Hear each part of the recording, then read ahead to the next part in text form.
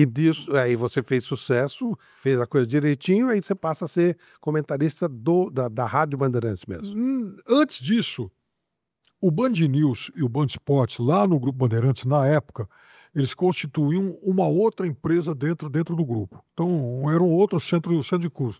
Então, como eu era funcionário do Band News TV, eu passei a participar dos programas do Band Esportes de futebol e, especificamente, comentando o Campeonato Francês.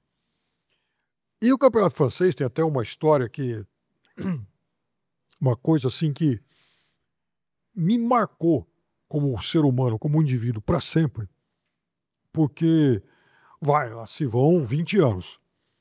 Desses 20 anos para cá, eu fiz campeonato francês, italiano, alemão, português, russo, ucraniano, turco, espanhol, Liga dos Campeões, enfim, várias Libertadores, em rádio e TV, Mundial Interclubes, Copa do Mundo, Olimpíada, enfim, fiz bastante coisa.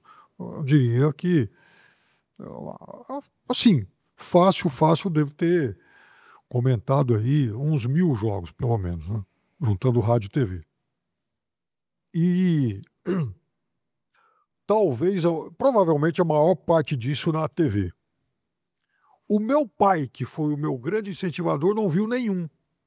Porque o meu pai, quando o Band Esportes compra o campeonato francês, o Band Esportes improvisou uma transmissão numa sexta-feira, um jogo do PSG contra o Lyon, narração do Dudu Vaz.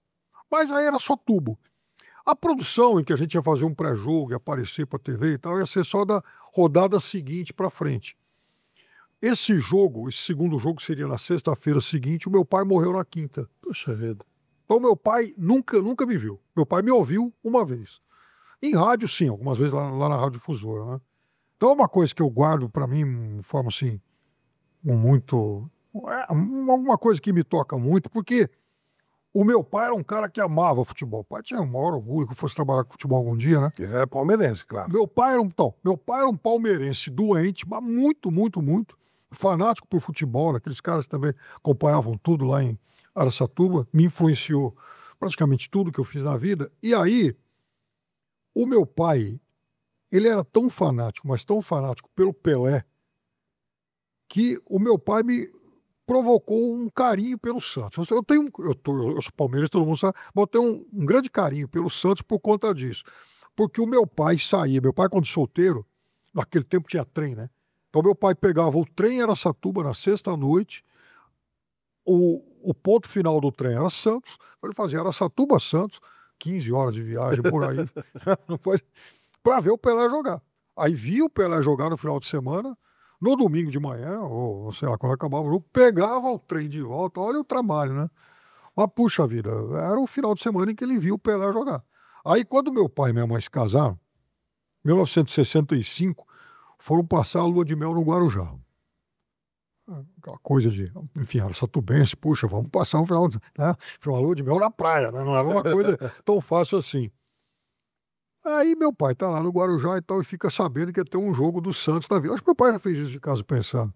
Resultado, meu pai arrastou a minha mãe para a Vila, em plena lua de mel. Foi a única vez na vida da minha mãe em que ela foi a um estádio de futebol, ver o Santos do Pelé em plena lua de mel. Então esse foi o cara que me influenciou em tudo. E aí o meu pai era um cara que também gostava muito de rádio, ouvir futebol no rádio, a minha paixão pelo rádio certamente vem daí, e meu pai assinava, desde que eu me conheço por gente, 2 jornais, um aqui de São Paulo e um de lá. Então, assim que eu fui alfabetizado, eu também passei assim, a adorar ler jornal todo dia. E, principalmente, inicialmente, futebol, mas muito cedo noticiário de política. E daí também nasce a outra paixão. Mas o meu pai foi marcante em toda essa fase aí de... Seu pai estava doente ou foi uma surpresa a morte? Não, meu pai estava doente. Meu pai, em 2003, diagnosticou câncer no pulmão. Meu pai foi fumante durante muito tempo. Já tinha parado, né, um pouquinho antes, uns 2 anos antes. E fizemos pulmonar. E aí meu pai fez um tratamento, fez, enfim, cirurgia e tal, se curou desse câncer E 4, 5 meses depois diagnosticou outro câncer na cabeça. E aí, esse segundo câncer, ele morreu sem saber que ele tinha. Meus médicos falaram, não tem o que fazer, chegou uma região em que a medicação não vai alcançar, não adianta fazer químio, não adianta fazer cirurgia e tal. Vai ser invasivo demais, ele vai sofrer. Então, deixa do jeito que está e vamos aguardar o que acontece. Aí, meu pai tinha uma viagem com os amigos, né? Marcado, e a minha mãe. Eles iam para Poços de Caldas naquele final de semana, passar uns 5, 6 dias lá.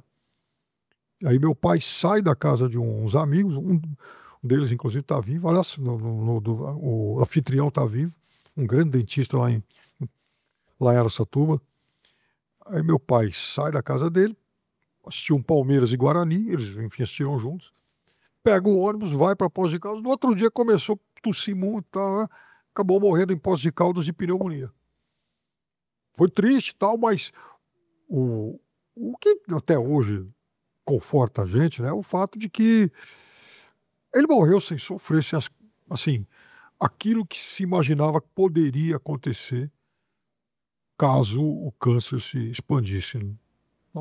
Dentro do mal, foi uma coisa que consola. Diria para você que foi mal, foi ruim, mas pelo menos foi indolor naquele momento que